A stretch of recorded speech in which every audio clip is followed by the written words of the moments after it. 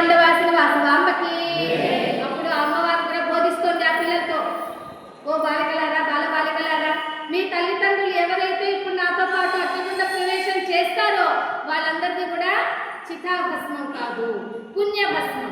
ఎప్పుడైతే అగ్నికి స్పర్శ చేత వాళ్ళు పునీతులైపోతారో, నేను ఎప్పుడైతే విశ్వరూపాన్ని ప్రదర్శన చేస్తానో ఆ విశ్వరూపంలో వాళ్ళందరూ కూడా ఐక్యమైపోతారు. కనుక వాళ్ళందరికీ కూడా అగ్ని స్పర్శ చేస్తా పుణ్యభస్మం అవుతుంది. కనుకనే మాఘ శుద్ధ పంచమి రోజున మీరందరూ కూడా ఆ భస్మాన్ని తీసుకొని వెళ్ళి గోదావరిలో మీరంతా కూడా అది కలిపేస్తే ఆ అఖండ గోదావరి నదీ జలాలతో పాడి పంటలంతా కూడా చాలా సమృద్ధిగా పంటలు పండుతూ ఉంటుంది. మన దేశం అంతా కూడా అమ్మవారు వాళ్ళకి బోధిస్తుంది అనమాట.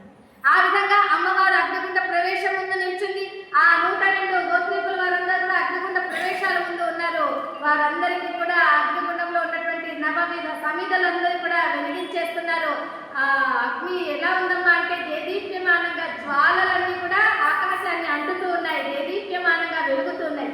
అయితే అమ్మవారు మాత్రం తన యోగాగ్ని చేత ఆ అగ్నిగుండాన్ని వెలిగింపజేసింది అమ్మవారు. ఎందుకంటే అగ్నులు మనకు ఎన్నో ఉన్నాయి కదా, మధుకాగ్ని, యోగాగ్ని, లౌకికాగ్ని, బడవాగ్ని, దావాగ్ని ఇలాగా.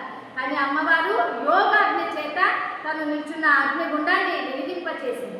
ఇక ప్రజలందరికీ కూడా భక్తులందరికీ కూడా ఎలా ఉందమ్మా అంటే నభూతో నభవిష్యత్ అన్నట్టుగా ఉంది.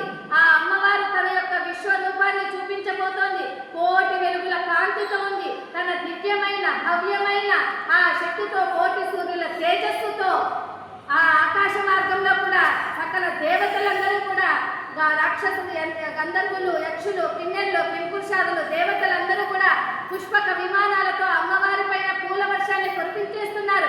బాజా భజంత్రీలు మోగుతున్నాయి. అనేక మంది అంతా కూడా భక్తులంతా కూడా మాయలార్లు వీళ్ళందరూ కూడా అమ్మవారిని కీర్తిస్తున్నారు, శరవలు వాడుతున్నారు, ఖడ్గాలతో నృతిస్తున్నారు.